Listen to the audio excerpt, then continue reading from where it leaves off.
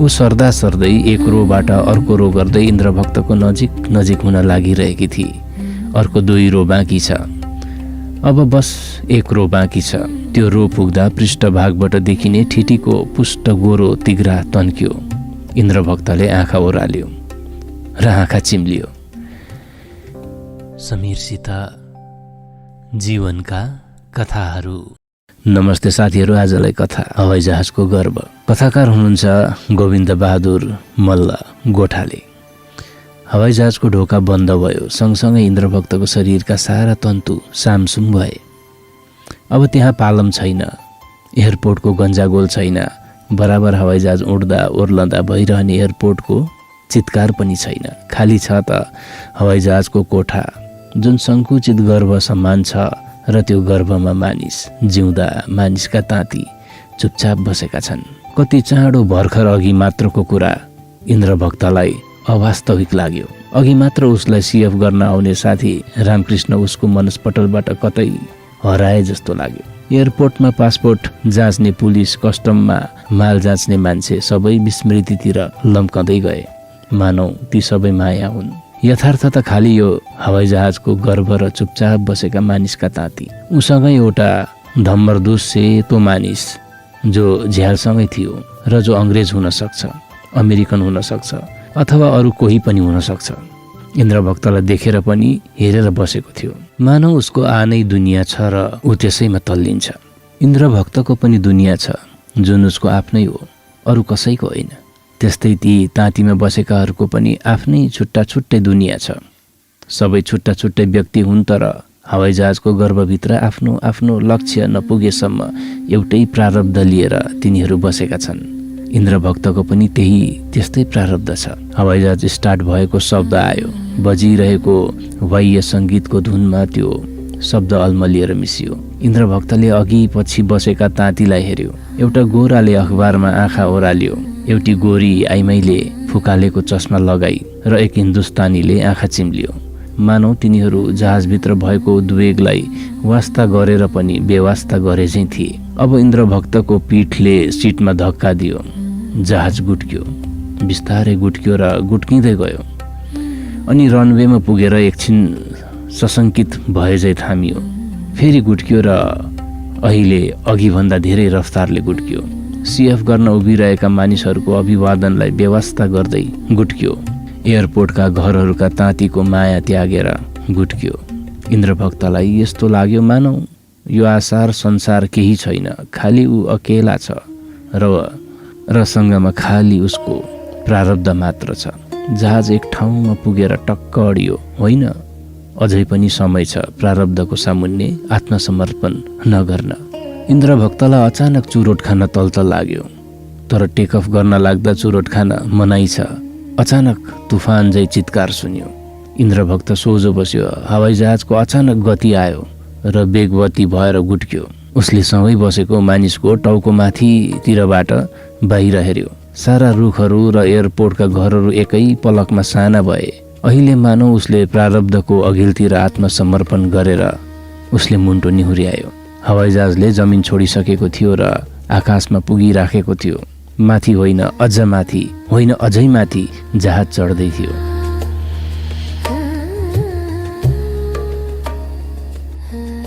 इन्द्रभक्तले फेरि झ्यालतिर हेऱ्यो। धरतीका टुक्रा टुक्री यति साना साना देखिए कि उसलाई धरती स्वयं असहाय लाग्यो। उसले सुस्केर हाल्यो र फेरि एउटा लामो सुस्केर हालेर आँखा चिम्लियो। बाजा बज्न थामिसकेको थियो। मानौ हवाईजहाजको गर्भ अब असाधारण छैन।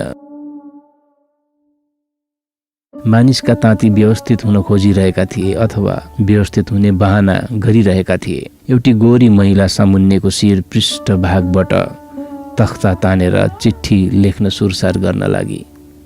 एउटा गोरेले किताब खोल्यो। अर्को 2 जना गोराहरू अरू सबै बिर्सन खोज्दै आपसमा कुरा गर्न मसगुल भए। अघिदेखि ध्यानमग्न भएको हिन्दुस्तानीले अहिले आँखा खोल्यो। आश्चर्यचकित भएर चारैतिर हेऱ्यो। मानौ उसलाई अझै विश्वास छैन ऊ हवाईजहाजभित्र छ भनेर। इन्द्रभक्तले आँखा चिम्लियो।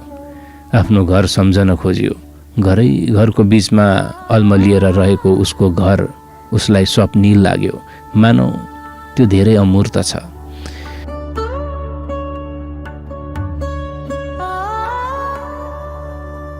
उसले आफ्नो आमा बाबुलाई सम्झ्यो, तर ती सब अनुहार पनि उसलाई स्वप्निल लाग्यो, मानौ ती पनि अमूर्त हुन्। अनि ऊ एकदम झस्कियो। ऊ किन यहाँ छ? ऊ कुन लक्ष्यतिर उड्दैछ? हडबडायो। ऊ त फिजिक्समा पिएचडी लिन अमेरिकातर्फ जाँदैछ। पैदा भएको हडबडीलाई दबाउन उसले चारैतिर हेऱ्यो।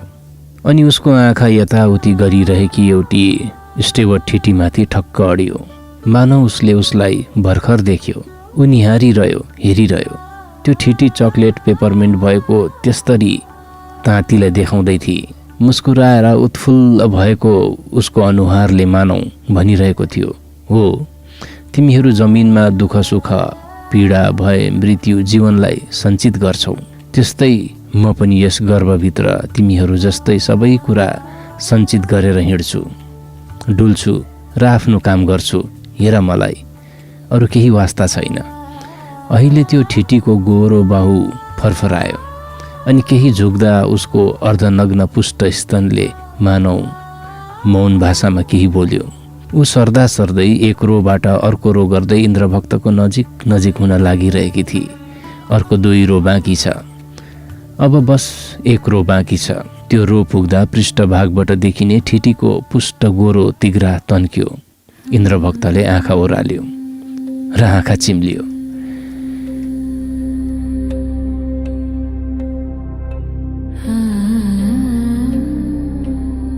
चिम्लेकै आँखाले उसले प्रष्ट देखिरहेको थियो कि उसकै लाइनको अर्को साइडमा त्यो ठिटी पुगिसकेकी छ।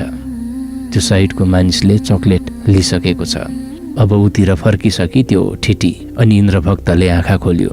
सामुन्ने त्यस्तरी थियो र रङ्गी बिरङ्गी कागजमा पोका पारेका चिजहरू।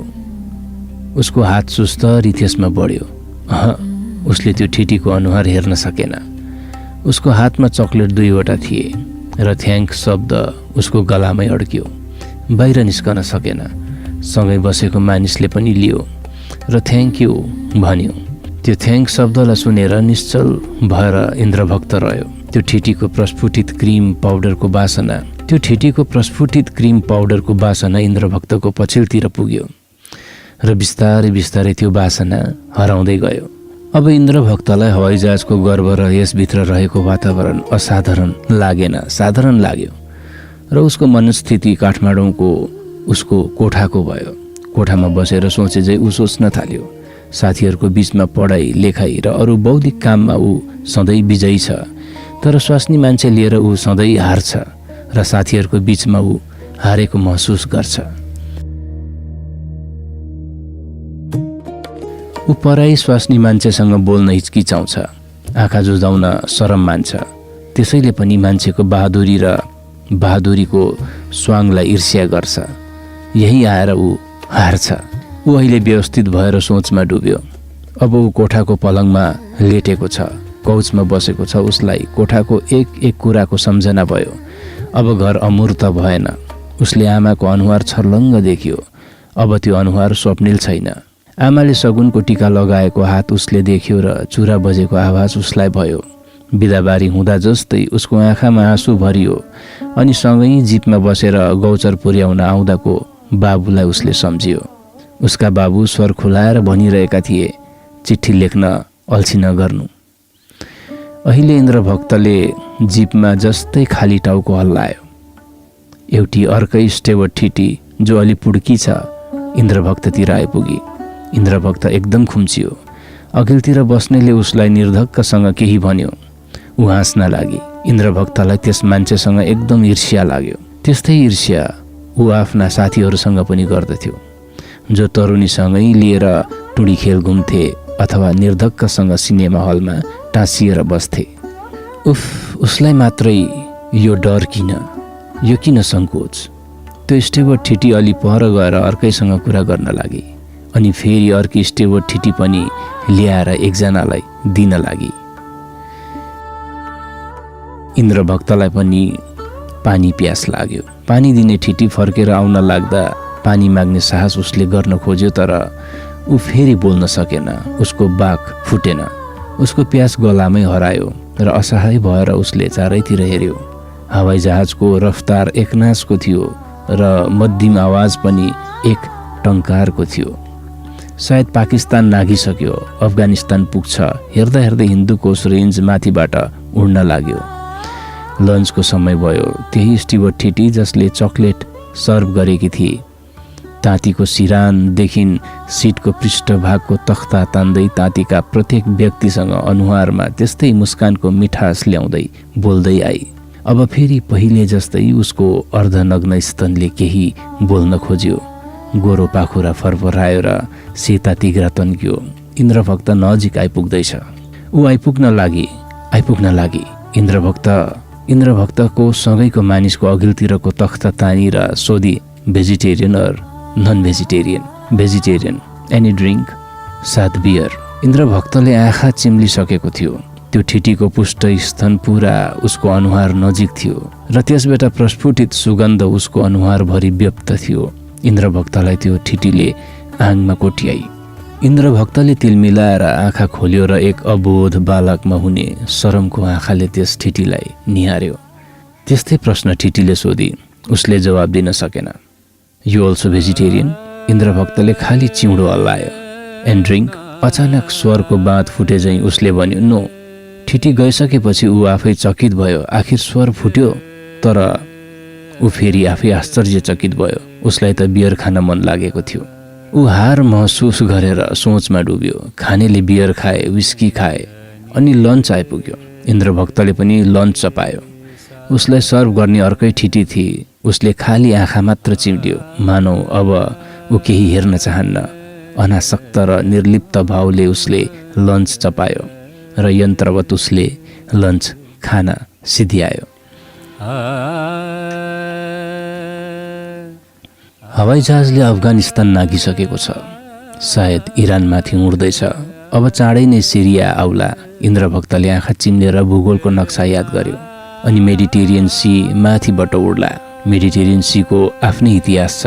त्यस समुद्रको गर्भबाट कति सभ्यताको आदान प्रदान भयो, कति युद्ध त्यस समुद्रमा भयो होला, कति जहाज डुबे होलान्, कति नयाँ जहाज पौडे होलान्।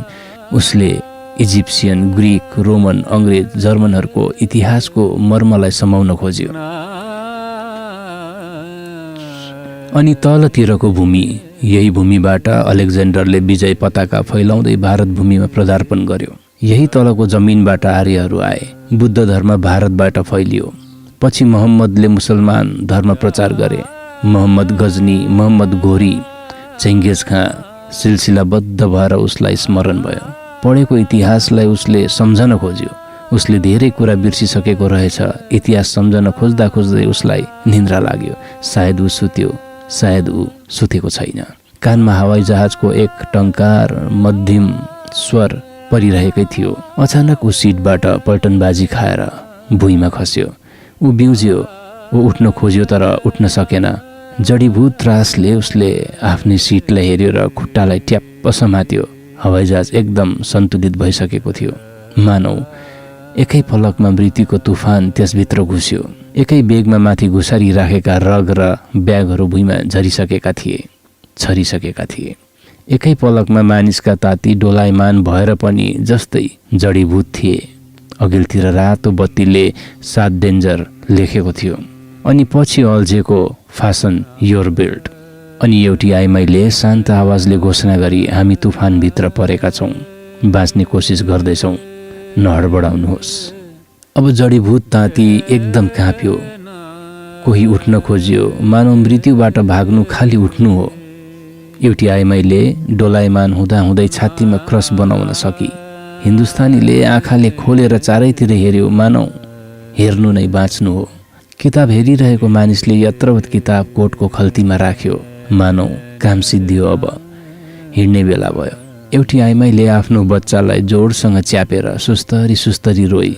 इन्द्रभक्त बल्ल बल्ल उठ्न सक्यो र झटपट सिटको वाकलाई समात्यो।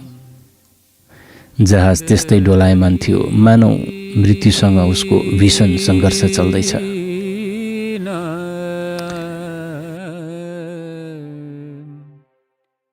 इन्द्रभक्तले अचानक देख्यो नजिकै त्यही चकलेट सर्भ गर्ने स्टेवर्ट ठिटी र उसको स्तब्ध आँखा इन्द्रभक्तले प्रष्ट देख्यो। उसको कम्बर त्यस मुनिको तिघ्रा मानव मृत्युको तालसँगै थर्किरहेछ। अनि फेरि उसले देख्यो त्यो स्तब्ध आँखालाई समावेश गर्ने उसको अनुहार। अघिको मुस्कान पनि त्यो अनुहारमा स्तब्ध छ। अचानक इन्द्रभक्त रित्तियो। त्यो ठिटीलाई समात्नु पुग्यो। एक पलकमा ठिटीको छाती उसको छातीमा अल्झियो र ठिटीको तिघ्रा उसको तिघ्रासँग टाँसियो र उसको ओठमा। ठिटी स्तब्ध भई इन्द्रभक्त स्तब्ध थियो र मृत्युको तुफान हवाईजहाजभित्र उन्मुक्त थियो।